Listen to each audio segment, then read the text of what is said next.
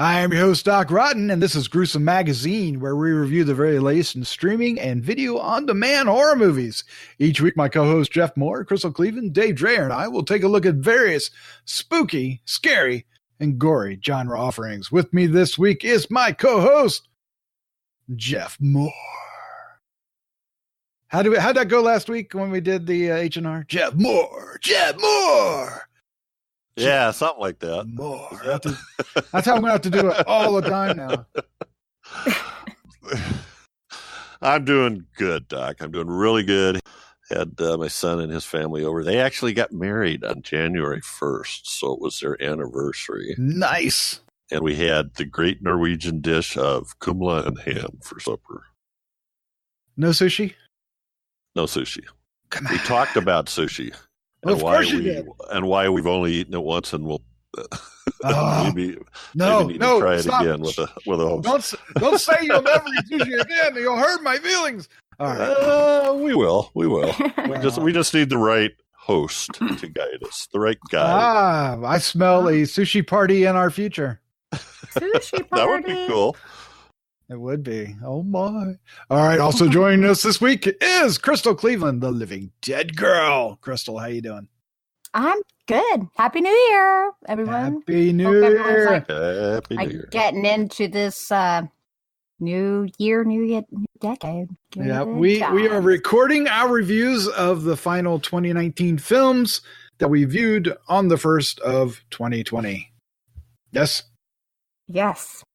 Even though that's crazy. My show notes have it wrong. You know, if I can't, that's kind of like signing the checks. Remember that back in the day? And you always put, yeah.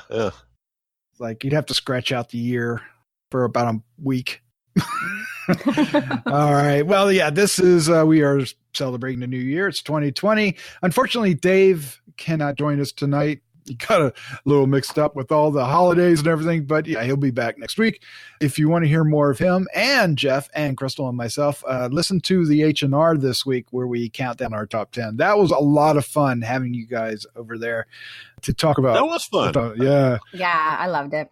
And a lot of films that we watched over the year here on GM showed up there. They did. Actually, most of mine were. And I think we had 3 different Into the Dark movies on the top 10s, didn't we? There was 2. We had Pilgrim and... What, did anyone do Culture Shock? Nasty piece of work. Well, I had that on an honorable mention. Yeah, Culture Shock. Yeah, Culture Shock made honorable mention. But that's good. That's awesome that they made it on there. So, you know, I'm looking forward to another year of Gruesome Magazine reviews of these streaming and video on demands. We get 2 a week, and it's a heck of a lot of fun, is it not? Yes, it because is. I would have, if it weren't for this podcast, I wouldn't even know about half these movies, maybe even 75% of these movies, to be honest with you. So, as being a horror lover, it's just feeding my need. It's like a drug. I never know which movies to try out of the new ones, and Doc tells us, so I don't have to think about it. Am I force feeding you or spoon feeding you? Which way is it? I hope it's a good experience. All right, we're going to talk about 2 movies tonight. First up is a found footage film called The Lost Footage of Leah Sullivan, and then we're going to be talking about Doom: Annihilation, which is a second Doom movie that kind of slipped through the cracks. But first, Gruesome Magazine is brought to you by ExpressVPN. A VPN, a virtual private network, is a secure tunnel between your device and the internet. VPNs are used to protect your online traffic from snooping, interference, and censorship. ExpressVPN provides rock-solid privacy at blazing speeds, no compromises. They have 160 locations across 94 countries. That means their servers are virtually anywhere. And they keep your real location hidden from prying eyes. They keep you anonymous. And for my money, the best thing is they encrypt everything so they keep you secure. And they also have, and this can be important if you're struggling with getting it set up, which most people I talk to aren't really, but they have 24/7 support. And that's good to know. Yes. It is. It is. If you'd like to try a VPN, ExpressVPN is the one we would recommend. So go to tryexpressvpn.com/Gruesome Magazine and give it a shot. All right. Are you guys ready to do this? Totally. Ready, Freddy? Totally and ready, Freddy. Okay, you guys. That's awesome. I like it. I don't know where to go with that, but let's do it. All right. First up is the lost footage of Leah Sullivan. This is from writer-director Burt Grinstead, and the cast includes Jimmy Driscoll, Burt Grinstead, and Maureen Kaler. And it is currently available on DVD and VOD. All right, the synopsis is the unedited memory card from a camera shows Leah Sullivan's school project about a cold case murder that doesn't seem to be so cold after all. All right, we've spared ourselves many a found footage film over the past year. I have historically been a huge fan of them. And I know I've heard some murmurings about the rest of you guys about whether you like them or not, but let's find out what our first impression of the lost footage of Leah Sullivan may be. Crystal Cleveland, start us off. I'm not a huge fan of lost footage. I don't dislike them per se, but typically they're just, once the new of just the idea of found footage wears off, they're not that exciting. But I will say that I liked this movie. I found myself entertained. I thought that the lead, female and male, the couple, they had great chemistry. Their characters were pretty well fleshed out. It had a story. She was a journalism student, and she was doing a project for school, and she's going back to her hometown to research or do a documentary on a cold case murder, like she said, or whatever. And I think that it's a simple concept, but it's kind of an interesting concept in a way. Maybe it was because I did this kind of stuff in journalism, but it kind of went through the whole flow. It was kind of okay. It had little Easter eggs here and there. It wasn't incredibly slow at points. So it was kind of good to me. I had some issues with it. I thought that there were too many black scenes where it was literally just black screen. And some of the scenes toward the end just seemed to drag out. And some of the story was written to drag out to make, I guess, the film longer. So some of that was kind of But I found it entertaining. I was always kind of watching to see if I could spot what was going to move in the background. So that's kind of, and I hate jump scares, but there were 2 jump scares here that were very creative to me, and they got me. So I kind of applaud that, the way they were done, because it's not typically what you'd expect. So yeah, it was entertaining for me. Entertaining. We should mention that Anna Stromberg is our lead. I didn't mention her in the cast earlier. Sometimes IMDb screws up the listing, but we'll get to you here in a second, Jeff. But I thought she was a great lead. I really Me too. Her. She was so really cute. She was, but she seemed very natural. It seemed real. So yes. So yeah, I agree. It had some things going for it. But we'll find out later what my full thoughts are. But first up, Jeff Mohr, what is your first impression of the lost footage of Leah Sullivan? So I am kind of a lost footage fan. In fact, I went through a couple of years where I was watching as much found footage as I could find, going back a ways and watching more recent ones. And I love a really well done found footage because I think the whole method it's almost like built-in claustrophobia, because you can only see, you're not seeing, I don't know how to explain it, but filmmaker can shoot back and see a whole scene, right? Whereas in this, we get a tiny view of what's going on, and so it's limited, and you're always kind of on edge on what's just out of view or just around the corner, right? Because you just have this narrow view of the camera shot to see, and it doesn't linger. But I have some pet peeves, and one of them is when it's too dark and too shaky, fast movement that you can't really tell what's going on. And so that's my biggest complaint with this one. Is I thought it was rolling along pretty good. I liked the 2 leads, and interestingly, I think the director Burt Grinstead is Patrick Rook, the police officer, local officer, and then Anna Stromberg plays Leah Sullivan, and they're both co-writers. So it was definitely an effort from the two of them, with help from others. But it took me out of it when we got towards the end, because that last act, there's a lot of stuff is shot in the dark, and you could literally have listened to a tape recording. There's not a whole lot that you can see that really adds to it, and that irritated me. I assume it was a choice. It's pretty straight obvious, but it wasn't a choice that I enjoyed.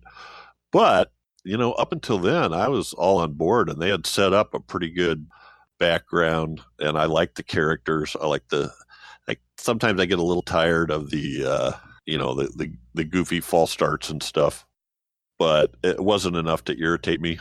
So yeah, I would say I enjoyed it, but I would have been much more appreciative if I could have seen what was happening at the end a little better, at least had some idea. Yeah. Instead of all black. Yep. Yes. Yeah. Yes. Yeah. So found footage films, as you know, I love them. But a found footage film could go wildly off the rails and go really poorly. And a lot of them do. Or, they can be inventive and do something cool and really get you invested. You're intimate because of the style itself. There's, stereotypically there's two reasons why you do this. One is for that, and the other one is to, thinking that it's an easy way to make a film. From what I hear, it isn't as easy as you think it is.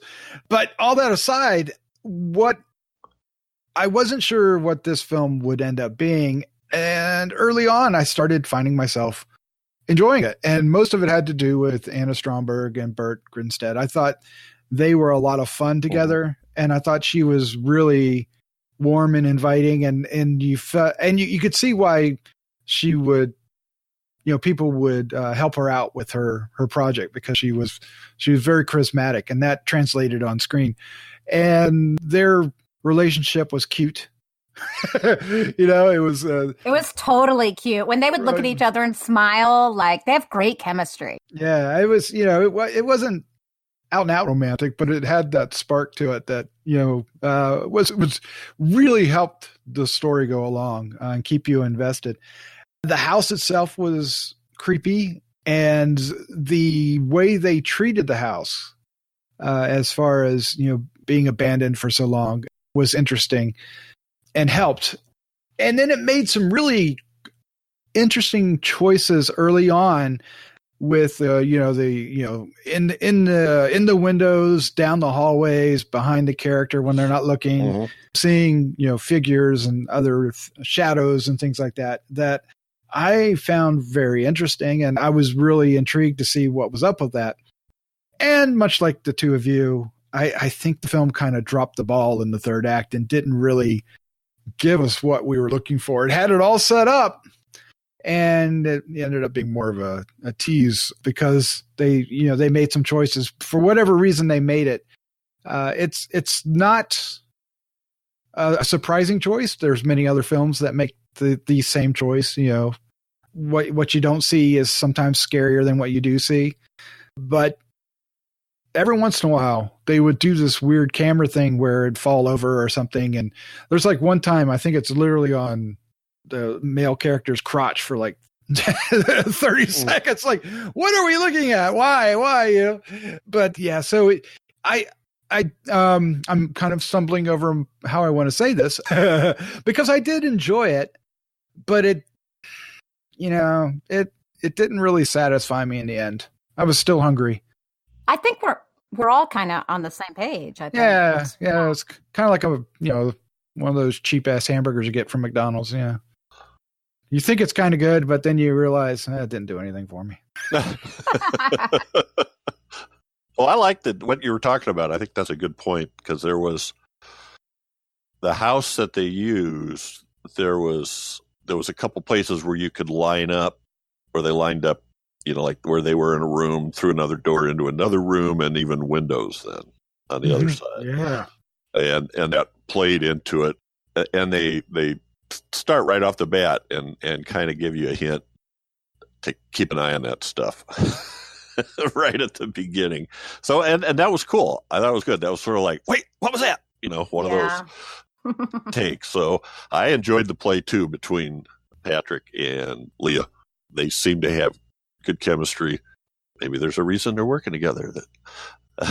Anyway, but it just, at least for me, this is not, I want to be able to tell what's going on. And yes, very often found footage films at the end are very frantic and there's a lot of really shaky camera and lots of running and stuff like that.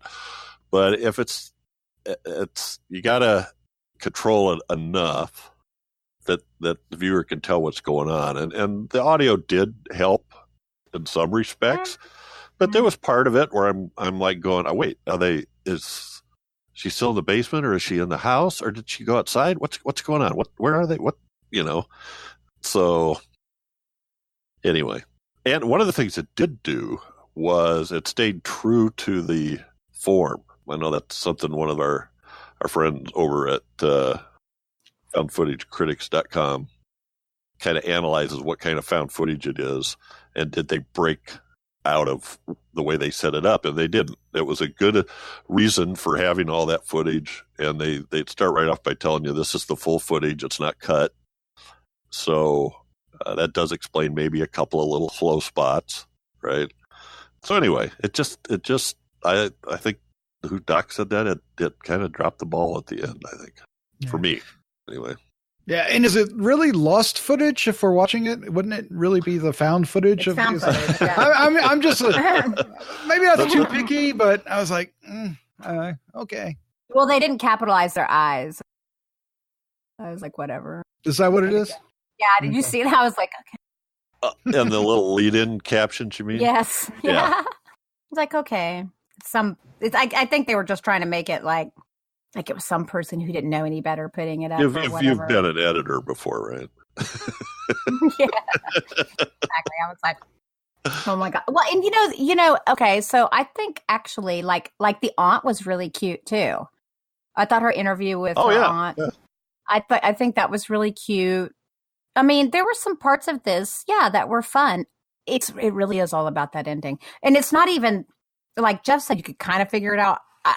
I mean, yes, she had left the house and she went outside, but I couldn't tell based on the sound. Even at some points of the sound, there was no sound. And then I was like, wait, is she still alive? And because there was you didn't hear anything, and then you heard her, where are you taking me? I'm like, wait, what? That kind of jacked me up. I was like, okay. But there were some nice touches too, like the dresser. That was kind of a cool thing. Yeah, it was. And we know right from the beginning at the intro captions that you mentioned that she's lost. She's gone. We don't know what happens to her. So we know what state she's going to be in at the end of the movie. We just don't know how she's going to get there. True. Yeah, that's all these stories, and at one point or another. Right. Yeah. Unfortunately, I'm just saying we're not giving anything away by saying. Right. That's usually the challenge of the film is to of a story for found footage is that because of the nature of being found footage that the characters you're going to watch are doomed, but it's got to make you care about them, so you don't want them to be doomed. And if you don't, the movie is going to fail miserably. But if you do, it'll hook you, and it has a sense of dread that kind of winds its way through the story. And this one had that, I thought, because, the characters, Leah and Patrick, played by Anna and Burt, were so charming and you wanted to follow them. And I think that the creature was kind of spooky. I mean, it's nothing completely original, but there was a moment where you kind of saw the face. And I don't know if they had their mouth open or what it was, but I was like, that's really kind of creepy. It was creepier than I anticipated. Yep. And it helped that, we get this, sometimes exposition, especially in a found footage film, could be really awkward and rough, but they handled it really well here. I really enjoyed the scene when they're going through the police files and they're, describing what happened to this family. Cute. And it's like, oh my God, what is this? And then we have these other people that are like, either telling us lies or, that she's interviewing or giving us little clues of what's really happening. And the one guy that has the stories is so funny when he tells the story about the two-headed creature that, the people find in the woods. Yeah, my head was going there. That's what I was thinking. Yeah. And it was kind of fun to get that out of the way, but.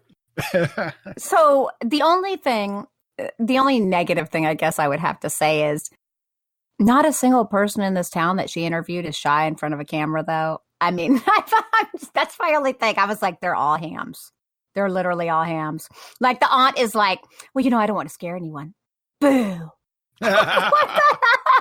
I don't care. I still love their characters. I'm just saying. It's like supposed to be a small town. People would be like, well, I don't know if I'm going to, do the right thing or whatever. I didn't really care about that. That was just a little nitpick I had. I was like, everyone seems really cool.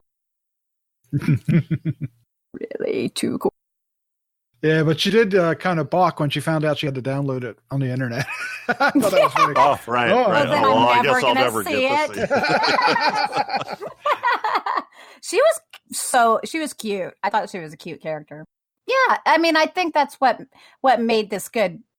I honestly, I think at the end though, if it just hadn't been so much black, and even leading up to it, it's definitely like a third of the movie. It's not like it's just the end. It's like a third, the last third of the movie.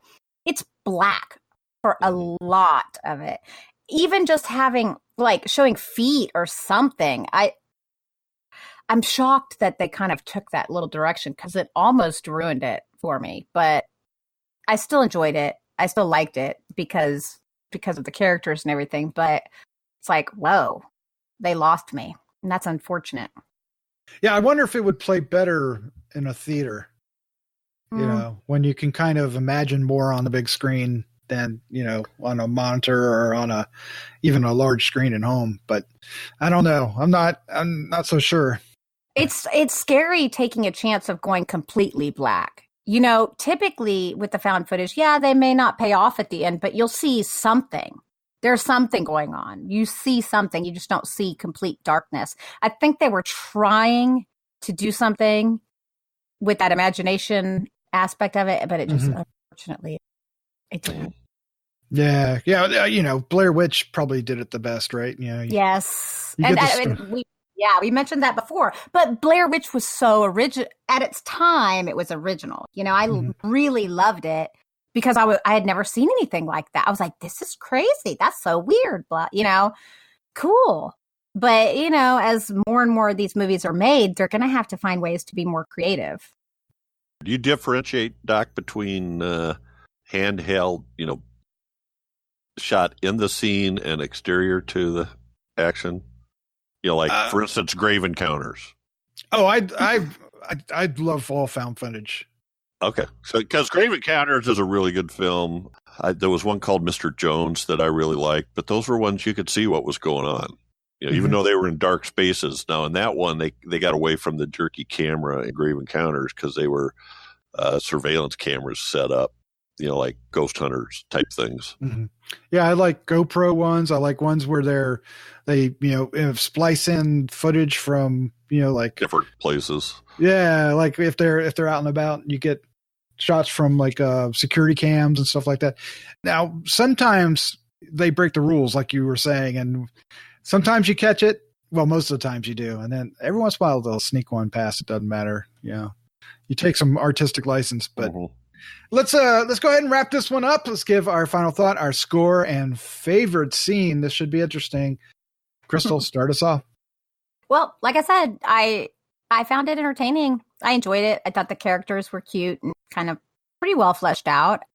I'm giving it a 2.5. And I know this is going to be maybe a silly scene, but I just thought it was very well done.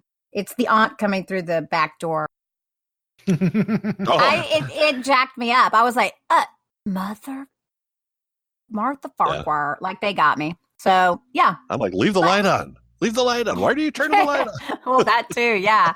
Because it wouldn't get the scare. No, but like I said, if you see it, I say watch it. Give it a chance. I mean, I'd be interested to see what other people think about it too. Yeah, Yeah, me too. All right, Jeff Mohr, it's all yours now. I would say if you're a fan of found footage, yeah, you should take a look. It's got some positives. Again, I just kind of felt like the ending was kind of disappointing. I'm giving it a 2.5 as well. And for my favorite scene, I don't know, I could go a lot of ways, but I'm going to take the one that Crystal kind of mentioned. The dresser, I think, was in the basement. Was in that. Yep. That had the writing on it. That was yes. That added another level. Yeah, it did. Yeah, it sure did. And nobody liked the mouse, huh? All right, well, that's fine.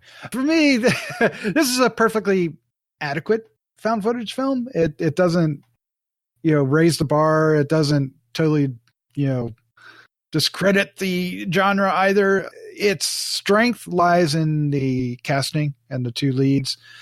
And I think we've trounced the, third act quite a bit. And that, it could use some help there. So I'm going to go with a 2.5 as well. I think right up the middle is where it's going to land. And my favorite scene is going to be, it's one extended scene, but it's when you'd write it, you'd probably write it as two separate scenes. But it's early in the scene. It's when we meet the cop for the first time, Patrick. But before that, right immediately before that, we meet a neighbor. And she, oh my gosh, she's so funny. Just giving her the business, telling her all kinds of things, just like you would expect. And, which then the cop pulls up behind her after that and even stops and asks her out for coffee. So I liked how that sequence played out and enjoyed it quite a bit. Yeah, it was a good setup. Good way to definitely break into it. No scares there. Just saying, no scares. But except for jump scares. All right, so there it is, a lost footage of Leah Sullivan. Up next is Doom Annihilation. This is currently playing on Netflix. It's from writer-director Tony Giglio. Giglio? Sorry, Tony. Maybe. The last one. I think Giglio is it. Yeah. I should. That's going to be my resolution for 2020. I'm going to go find out. How do you say these people's names? All right. The cast includes Amy Manson, Dominic Mapham, and Luke Allen Gale. And yes, this is a official Doom film, but it has nothing to do with the previous one that starred The Rock early in his career. It follows a group of UAC Marines as they respond to a distress call from a top secret base on Phobos, a Martian moon, only to discover it's been overrun by demons who threaten to create hell on Earth. Yeah, this is one film that you could easily overlook. Just go, I'm not going to watch that. But we did. So let's find out what we thought. What's our first impression of Doom Annihilation? Jeff, you're up first. So I want to thank Doc for making this the first film I watched in 2020. Oh, wow. I'm so sorry. And, I'm not a gamer. I don't know anything about the Doom universe, and shame on me, I guess. I didn't see the one with The Rock. I think this one's better. So don't worry. Yeah. In terms of gaming, I stay away from gaming just because I know that it would take over. I couldn't just do it a little bit. So, but this is a movie. So for me, it was like, it's an okay movie. It's a fun little thing. It kept me centered, I guess, or kept me focused. But I didn't get a whole lot of, I kind of identify, I kind of like the Lieutenant Dark character. I don't know. It just seemed like the different military characters were kind of stereotypes. We had the guy sort of like the, that was sort of the crazy one that was always mouthing up, but then turned out to really defend people. And then there was the other woman who was kind of odd and, but everybody liked. And then there was, anyway, it just kind of felt that way to me. The old commander with the family, and we set those up pretty quick. And I don't know. I'm really just kind of rambling around. A lot of CGI. It was okay. I wish I could say one way or the other, but I wasn't greatly excited either way about it. I didn't hate it. I didn't love it. But it did have a kick-ass chaplain. Oh yeah. Yeah. Yeah. He wasn't no Velocipaster, but no. He was that's a high mark, though. That's a high bar. That's a high bar. Oh my gosh! All right, Crystal Cleveland. I know you are a gamer, so this should be interesting. What was your first impression of Doom: Annihilation? Obviously, this was never meant to be a AAA title. That's actually a gaming reference to like the top tier games, the AAAs.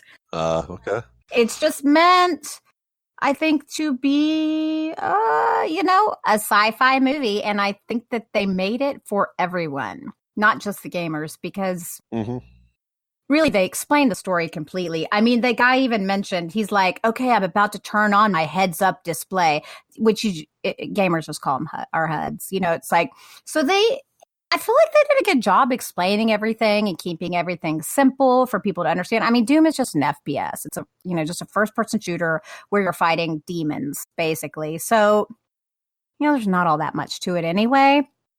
But this was very reminiscent of a sci-fi original movie to maybe a little bit better, because a lot of the sci-fi movies on Sci-Fi Channel, and I love Sci-Fi Channel, but a lot of them are... they're debatable as far as quality goes. So, there's some instances where you go, oh, wow, just making everyone so stupid. Like there's obviously some writing on the wall, and the guy's like, those aren't just stains. Well, no. Like, really? Like, that actually bothered me. I'm like, golly molly. Woof. But yeah, I mean, it's a sci-fi movie. It just, to me, that explains a lot. It's a pretty generic sci-fi movie. If you didn't know it was Doom, then you wouldn't know it was Doom. I mean, there's a couple references. Like they have the BFG 9000, which is actually in the game. It's like the big fucking gun. Yeah. Yes. But yeah, like, I mean, it was better than I thought. I got to be honest with you, because I expected real trash. I was like, oh, here we go. And it was okay. Yeah, I was happy to see the BFG. That was a lot of fun. They saved it for the last, and that was perfect. Doom, Unreal are some of the rare games I've actually played. I haven't played terribly many. Duke Nukem was another, and that's about it, except for, Mario games because of my kids. But so I'm familiar enough with this that, it felt like they were making a Doom movie, because, they arrive at it's real simple. We have a team of army people that arrive at a installation, and they have to get something and do something to survive, and they have to fight through all these zombies and demons to do so. That's all you need, really. And that's what they deliver. Now, I think they go a little bit further than that, because I enjoyed the characters. I know that some of them were very stereotypical, but I liked the doctor that's with them, and the doctor had a relationship with Lieutenant Dark, and I thought that was cute enough to keep things going. Winslow was a shit, very reminiscent of Aliens. Yeah. I don't know. I was having a lot of fun, and I loved when the chaplain showed up, and I didn't want Private Lee to get killed and stuff like that. So it was it had its moments. I liked our Captain Savage, right? Was that his name, Captain Savage? And didn't want him to get off. So, and that's what you want. It invested me enough that I wanted our characters to survive. And I liked the bad guy, the Dr. Betruger. Is that right? Betruger? Oh, yeah. Oh, I thought I was going to call him Butt Ruger, but it's not. It's Bet Ruger.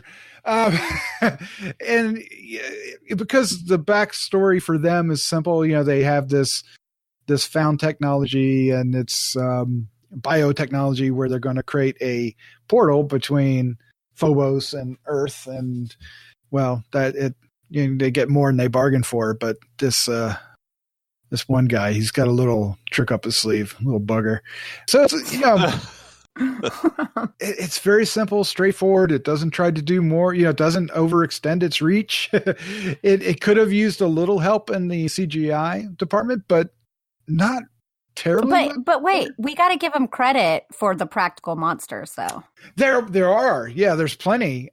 So that's a good thing. You know, I mean, they're men in suits, but they are practical and they're pretty cool looking. You know, I mean, there's, you know, yeah. I was getting ready to say that compared to a lot of stuff you find on Sci-Fi, for example, or any exactly, you know, it's so much better.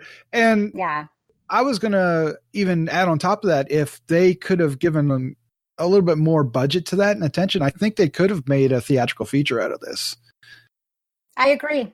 It's kind of close, right? It's whoever made this, the director. I don't know much about him, but it's definitely a good. What would you call it, Crystal? Kind of a showpiece for his work. Oh wait! Oh wait! No! Oh my God! You're gonna kill me! Wait, oh my God! Oh God! That's right. Oh my gosh! That's right. No, Manifesto. Well, that'll work. Okay. That'll work. I'm like, wait, what am I? But a showreel, I think, is what I was after. Okay. Right. Yeah, I was thinking, I'm thinking way too hard right now. I could see him getting, you know, more work off of this. There was a lot of work put into this, and yeah, I agree with you that it was that. And that's what I was saying. I was like, it's a sci-fi movie, like on Sci-Fi, but it's better. Like it is better. Like it's not nearly as cheesy as a lot of those. Right, and it's not his first work. He also has done a thing called SWAT Under Siege, which I have no idea what that is. Extraction, Timber Falls, Chaos. So he's been working on features since 2004.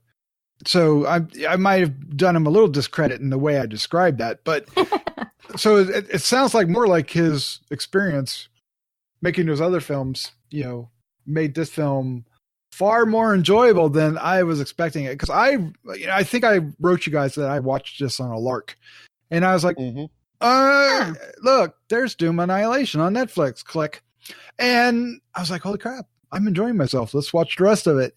So I wasn't expecting it to be any good at all. I was expecting this to be pure trash, you know, like a 1 or a 2, or, you know, at the most, right? But ended up having a great time with it. Crazy. Ooh. Do you watch a lot of sci-fi, Jeff? I love sci-fi. Okay. This was interesting enough, but I felt like it was sort of cliched. Oh, it's a formula. It's like all those sci-fi originals are great for what they are. I love them. You know what you're going to get. Nothing too great. Just some, you know, movie that's going to have a beginning, middle, and an end. It's probably going to wind up maybe a little bit happy. You got some debatable effects, some subpar to maybe decent to good acting, and that's what you get. It's just fun, you know. That's what you get. But this was better than that. It was better than that. Yeah, the tagline keeps, you know, pretty much sums it up. Your mission, don't die. That's all you need. That's all you need. Yeah, and they pretty much told him, yeah, you're not getting off of here. Right? Yeah. I felt like there were actually some moments that were really creepy, like the computer. I think that was that the computer? Yeah, like Daisy. It was creative. I was like, oh shoot, I guess I don't want to give. Oh shoot, I just realized I was giving something away, but it gets creative because I'm like, that's a little spooky because, you know, they kind of control everything. I don't like that. You know. Yeah, there's some moments. And then, of course, like toward the end, you know, I mean, they open a portal to hell, literally. And then you're like, how is someone going to get out of this? What? And then, of course, I was like, oh, God, here we go. And then they left it open. They left it open for, you know, potential sequel, I guess. Maybe. I would totally watch another one. So that's good. No, I was, you know, I guess I'm probably not describing it correctly. I enjoyed it, but I wasn't excited about it. Maybe that's a better way to describe it. Does that make sense? Yeah. You know, I was focused. I watched it. I didn't, you know, my attention didn't lag. you catch a few things that you kind of go, well, that was kind of weird. But they also had they did a really good job of maintaining your orientation. Going into this facility on this Martian moon, and at least I was able to keep track of where they were in relation to each other, because they get split up, and they're on, I think, different levels at one time. And so I thought that was well done without really talking about it very much, Yeah, and it helps that I enjoyed the lead actress, Amy Manson. Mm-hmm. I thought she did a lot, to cover, because she's not. I wouldn't say she's your stereotypical lead for this. Usually it's Arnold Schwarzenegger or The Rock, right? Would be the person you think would be the lead. She's more like a Sigourney Weaver type character. Right? Isn't that what? Pretty much, yeah, pretty much. So I guess in that respect, maybe not as original as I was thinking. Yeah, that's all right. The film, isn't out to break new ground. So if you're looking for innovation and seeing something new, I don't think that's what you're going to get. If you're looking for, an hour and a half of fun, I think it has it. Yeah. I mean, I never got bored. I was like, okay, but my expectations were so low, it went up in my mind in that regard, because I was like, those suits look pretty good. I was even watching the creatures move, and I was like, I'm so glad they did. I kept thinking, I'm so glad they did that. That they at least did some practical effects, because there are so many sci-fi movies that go all CGI. Right. They don't even bother. And so I respect the ones that at least do what they can. I understand some things you just cannot do without CGI. Just not going to happen. So, yeah. So help me out with the fireballs. Yes. Is that something that's in the game? I don't remember. It's been so long since I played Doom. I think I was honestly 12. They seemed particularly ineffective. They seem like stormtroopers on Star Wars. Oh, God. Actually, I'm not going to lie. That made me laugh. Yeah, they finally got one guy with them. But anyway. I was like, wait, what? Why are they doing that? I was like, did they do? What's so funny, Jeff, is I was thinking, did they do that? Like I said, I was 12. I think you're trying to remember. Okay. Yeah, I was trying to remember, because I was like, something about it seemed so out of place, right? I don't know why, but it felt out of place to me. Yep. I did like the lead demon dude when it shows the fire going up in him. I think that was pretty. Yeah. No, that was kind of a cool change, the head on that thing. Yeah. So there's definitely a lot of good. There we go. Yeah. Yep. All right. Well, let's wrap this up. Let's give our final thought, our score, and favorite scene for Doom Annihilation. Jeff, start us off. Well, okay. I'm going to say, well, are you? I'll say something. If you see the title of a film and it Doom Annihilation, and that is appealing to you, you played the game, you like these sort of adventure horror type science fiction, then definitely I would say go for it. Score. I don't know if I want to. I'm going to go 2.75. And for favorite scene, I am going to pick when they discover the BFG, because I don't know anything. Nice. I didn't even know anything about the game, but I saw BFG and I go, the big fucking gun, Yeah, it's so good, right? Isn't that awesome? That's fun. And it was effective. So. Yes, nice splats. All right, okay, Crystal. Now is your chance. What is your final thought? Your score, favorite scene? Doom Annihilation. If you like sci-fi movies on the Sci-Fi Channel, you're going to like this, and you're going to probably like it a little bit more. You don't have to play the game to watch it. It's completely easy and simple to understand. If you've played the game, you're probably going to be like, wait, I can't remember all that much, but it's okay. I mean, there's not much to it anyway. I'm going to give it a 3, actually. So, and my favorite scene is the chainsaw zombie killing. No, yes. Yeah, because you could get a chainsaw. I didn't remember that. I was like, a chainsaw? Yeah. I didn't expect that. What was it that you would always end up with when you ran out of ammo? Was it the chainsaw? Oh my God. I'm trying to remember because I maybe was I might be thinking. I didn't play the most recent. Because it was always like you had a default something that didn't require ammo that you would run around with. I will tell you though, like I remember playing Doom as a kid and just being like, it was way more claustrophobic feeling than this was.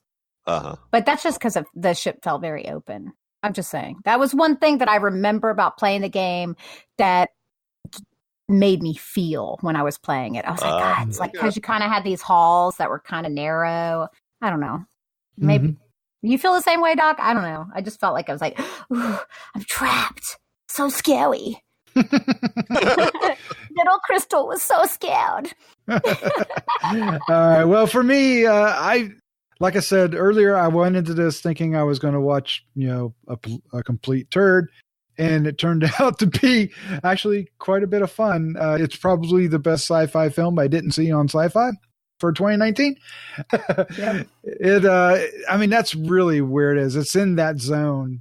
It's got more potential than you would expect, and the cast is, is pretty good for this. I maybe some of my score is based on the surprise of actually enjoying it. I'm not certain how fair that is, but it's certainly an honest reaction to this film. So I'm going to give it a 3 as well. I could give it like a 2.95 just to be different, but I'm going to give it a 3. Well, I went back and forth between a 2.75 and a 3 because I was like wondering if I was jaded by the fact that I too thought it would be a big turd. And it wasn't, Yeah, I think that's the 0.25 bump is going to be because of the surprise. Let's just give it that's the extra factor for us. My favorite scene is going to be the chaplain, because it turns out the chaplain used to be an army guy, and then he gets his chance to save the day. And I don't know, I found that rousing. I like that. Dun, dun, dun, all it missed was that roaring music at that time. Yes. So, yeah. I didn't expect to see him at that point. I thought he was pretty toast by then. Yeah, literally. Yeah. But there you go. Our reaction to Doom Annihilation, which is currently available on Netflix. So we all know you have Netflix. So, hey, lazy Saturday, turn it on, see what happens. You can either thank us or blame us. It's up to you. As long as you don't expect an Oscar-winning. Oh, there's It's not. It is sci-fi, Yeah, I don't think it would get a Razzie, but maybe. That's I think I think a lot of people could hate it. But what are they going? What are their expectations going in? Mm-hmm. Oh man, the way they promoted, the artwork and everything, it almost looks like it was animated. If you don't see a trailer, because they don't really, fair. It's just the artwork's just this big picture of one of the demons on it, and it doesn't. Yeah. Anyway, so there's our reviews for this week: the lost footage of Leah Sullivan and Doom Annihilation. I hope you enjoyed our reviews. If you'd like to give us some feedback, if you've seen them, or make recommendations, or just give us a shout out, whatever. Feedback at gruesomemagazine.com is the way to do it. Via email, you can go to Facebook and join our group, or you can go to gruesomemagazine.com and leave a comment on the posting. All right, Crystal, Jeff, thank you for joining me. Thank you for having me. You're welcome. Truly, I enjoyed it. Well, I'm glad that Doom Annihilation was at least a satisfying movie to start off the year. Or is that pushing it? No, it was. Technically, I watched it in 2019. It wasn't Blood Work or whatever. That was it. Bloodcraft. Bloodcraft. Oh wow! I thought it's 2020. We can forget about that one. We start over. Start over. Clean the slate. Well, I need a new bad movie to take its place. So it's like, be careful what you ask for. Yes. We got 52 weeks to figure one out. So, all right. Thank you for joining me. Let's say goodnight. Good night. Good night. Happy New Year. Happy New Year. Happy New Year.